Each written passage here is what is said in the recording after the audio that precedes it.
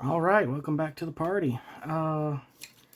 So I guess this is part two of my talk about Gaslands sponsors, and so this is Miyazaki. uh, so got a few cars here to kind of give you an idea of what to look for Miyazaki.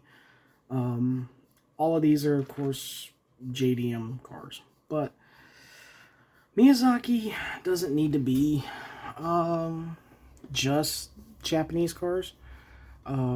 Yes, the sponsor is, of course, very Japanese themed, but they are also about kind of the stunt driving, the movie car kind of things you see. So, any car you've ever seen from Fast and the Furious, good Miyazaki. And that includes even the '70s Superbird. Or is it the Daytona? I think it's a Superbird, though. But, so that's a good one. The Bullet Mustang, the Shelby Eleanor from Gone in 60 Seconds. Anything, like I said, you've seen in a movie doing some kind of silly stunt is a good Miyazaki build. And so I'll turn this on. See if I can get my... I notice my shadow is showing up here. Nobody wants to see my shadow. But, so... got a few cars here. This Mazda, I collect the 787s. And this was the only one I didn't have. And I left it on the kitchen table. And my 90-pound cuddle missile decided to help himself to it. Which, I guess I should count myself fortunate. This is only the second Hot Wheels car he's annihilated. But I guess it kind of makes this a de facto volunteer for this. And so this is be a good Miyazaki performance car. We've got this little Honda N600 rally car. Again, this would be a good buggy. Miyazaki loves buggies. Miyazaki loves performance cars. And then you've got some regular cars here that I just wanted to mess around with. So, like this one here. It's got really good paint scheme already on it. I like the moon and the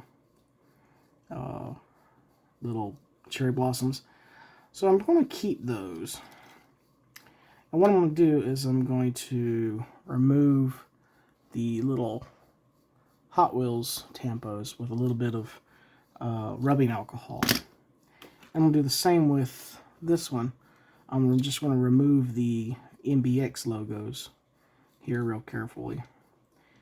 And then we'll treat the paint so it'll, our decals and then weathering will stick to it just fine. These two are going to get a full custom job. These are two Celicas I like. I've been wanting to make a Celica for a while. I like the aggressive looking ones. So, yeah. Just going over basically what Miyazaki does really well and what they like. In a way, they're similar to Rutherford in that you don't have to have a lot of Hot Wheels cars. Because where Rutherford is the big vehicles, everything from middleweight and up, and chunky things. Miyazaki is about the lighter vehicles. They can't take anything with base handling 2. And that includes you can't take a handling 2 vehicle and put tank tracks on it to up the handling. They still can't do that. So that gives them the option of buggies, your various flavors of bikes, the gyrocopter, cars, performance cars, but like I said, buggies. And then there's the spicy one, which I'm not going to do one for this because it's a little more labor intensive than I plan on doing for this month, especially with the holidays around. But is the monster truck. Now in the first edition, in Time Extended 3, I believe, they made it so Miyazaki couldn't take the monster truck.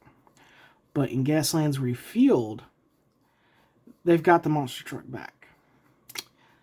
And so the monster truck is their really only, I guess you'd say, big hitter. It's their heaviest hitter. And in a general note, monster trucks in Gaslands, they are very much glass cannons. They have the same hull amount as a regular car. But whatever they hit, they're going over top of it. And so, just a quick dirty trick if you want to take a Hot Wheels cart. And I do believe they make a Nissan Skyline monster truck. My Miyazaki monster truck is the 84 Corvette. And it was in the battle report I did. The terrible one that I really am kind of embarrassed about. But, so, yeah, that's my Miyazaki monster truck. Is that purple Corvette. So, with that in mind, we'll go ahead and go over some of the perks and some of what I think is is good for this team. And so I actually picked up the book so I could have it over here for reference, so I wasn't just making it up off the top of my head like I did with Rutherford. But yeah, so Daring and Precision is their perk classes. So we'll talk about their sponsor perks real quick, and that's Virtuoso, which basically the first time that they push it on their dice roll, you don't get the hazard. It's pretty much, it can really save you if you have a really, really crappy roll. But there's another perk available to them that is actually really good for this, to save you from having to use that. And then there's Elegance, of course. Well, that's the whole, they can't use the handling to or lower vehicles. Not a big deal for them for what they want to be doing. And then you get into the meat and potatoes of what Miyazaki does, and that is called the showing off. In order to get your audience votes, you have to roll and activate a spin, a slide, and change gear. So,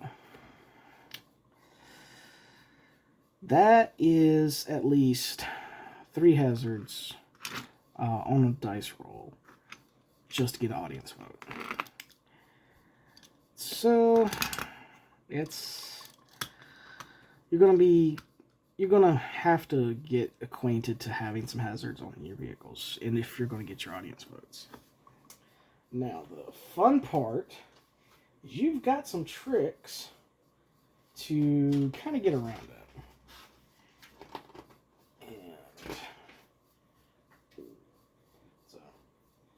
The first one is, of course, for the Daring perk, is Chrome Whisperer.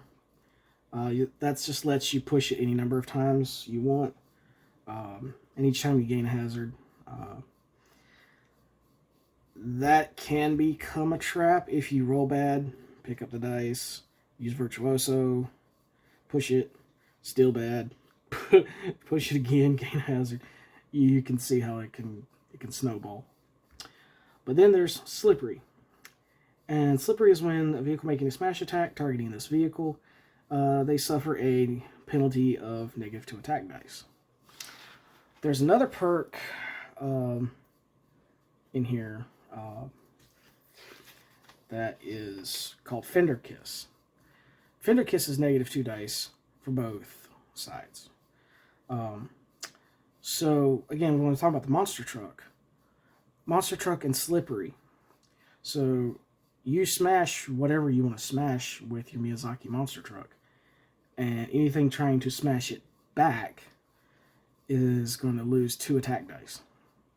So, you can basically load up on a rear-mounted weapons and a ram, hit somebody, go over top of them, and as long as you're not still touching them at the end of the activation, you can drop a drop weapon right on top of them. And then they can run right into your backside. And then you can smash them again. Handbrake Artist. It's a little niche. It's when you apply a spin result, you can choose to face in any direction. Not super helpful for racing, but there are some niche situations where that's good. A lot better in the arena missions. Evasive. Evasive is nice. It's pricey though, because basically you gain hazards to add 1 to each of your evade dice. So if you're in gear 4, you would roll 5 dice if you take an extra hazard. And you can stack it, but then again, you're pushing up your hazards to wipeout stage. Power Slide is really, really good for them. So that's when the vehicle can use any template except the long straight instead of the regular slide template when applying the slide result. So it can get you, so if you're doing a curve, you can set up another curve and then slide around, and it can put you in some really interesting angles, both to get out of firing arcs and to set up firing arcs. And then there's Stunt Driver, which is a 7-can investment. But you basically take 3 hazards, and you are pretty much untouchable for an activation. You choose to ignore any number of obstructions, and other cars do count as obstructions. So, you know, after any movement step in which this vehicle can choose to ignore any obstruction, yeah. So you gain 3 hazards no matter what. So Stunt Driver's expensive, and you kind of only want to be using it when you're in kind of a tight spot. Where your Slime, who we'll talk about later, loves those tight spots. The other perk class they have is Precision. Again, monster trucks. Love this. Mr. Fahrenheit. So this vehicle cannot gain more than 2 hazards from collisions during a single activation. So not only do you do your normal ram, which wouldn't give you a hazard, once you park a monster truck in front of everybody, when they pile into the monster truck, you're fine. You just take 2 hazards, you know. And then there's Instant Audience Vote, which is Moment of Glory, and I'll talk a little bit more about that about strategy. Then there's Restraint, which is when this vehicle would gain a hazard for shifting down a gear, you remove 1 hazard. Niche ability, but it's only 2 cans, so if you've got 2 cans, it's not a terrible investment. Expertise is almost a auto take. 3 cans, 1 more handling. Makes a car basically into a performance car to some degree. Trick driving.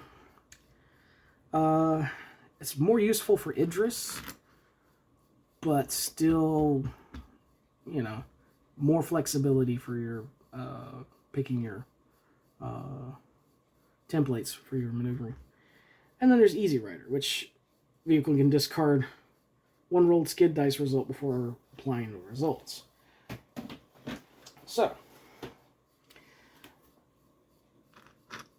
the way to look at Miyazaki in a lot of ways is like I compared Rutherford to basically a gunline army in 40k, like Tau or Imperial Guard, or anything that's basically stand still and shoot people. Miyazaki, I kind of think they're more like the Eldar. If you've ever played against Eldar, you kind of know what I'm talking about. They dink, they dunk, they hide, pop out, shoot, cover, move over here, move over there. Annoying shenanigans. But once you catch them, they're fragile. You can smush them really well. Because again, most of the time they're going to be in performance cars and buggies and bikes. So, Moment of Glory allows you to basically choose whatever dice you want. So if you have a bike, you can basically go ahead and get your showing off token with your spin, your slide, your gears, and set yourself up real well. So what you can do is you can take there's two theories with Miyazaki.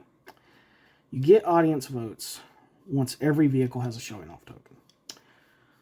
So you either take 1 or 2 vehicles that are just loaded up with perks, or you take a ton of cheap vehicles with Moment of Glory and you just spam it.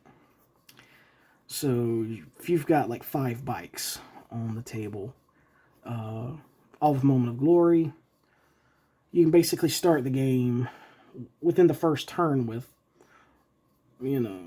either on the cusp of getting 5 audience votes or close to it. If not, you do have it. Where everybody else might have 1 if they're lucky. Then you can spend those audience votes to mess with your opponents, and you can keep your vehicles in the game. And so the other way, of course, is, again, just 1 or 2 vehicles.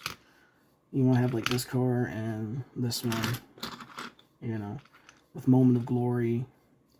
Go ahead, get these 2 out, get them their audience votes, and then have the other perks loaded up so they can slide out of the way, maneuver, and get into shooting angles and stuff.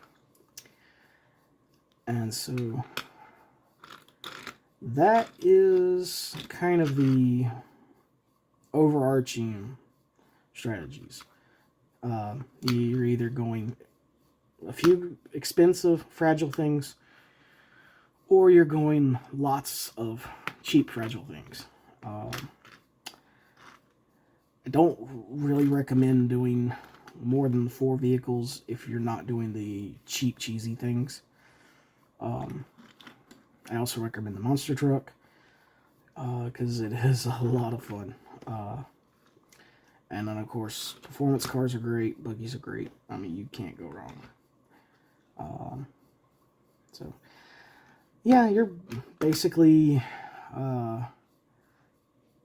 the person that is... Best way to think about it is Rutherford is the person that's right behind you shooting at you, and you're driving towards the camera, and you're the star of the show kind of mentality. So we're going to go ahead and get these apart and get these 3 in the stripper, and then we'll start talking about weapons, and that'll be fun. Alright, so go ahead and get this video loaded up, and see you soon. Bye-bye.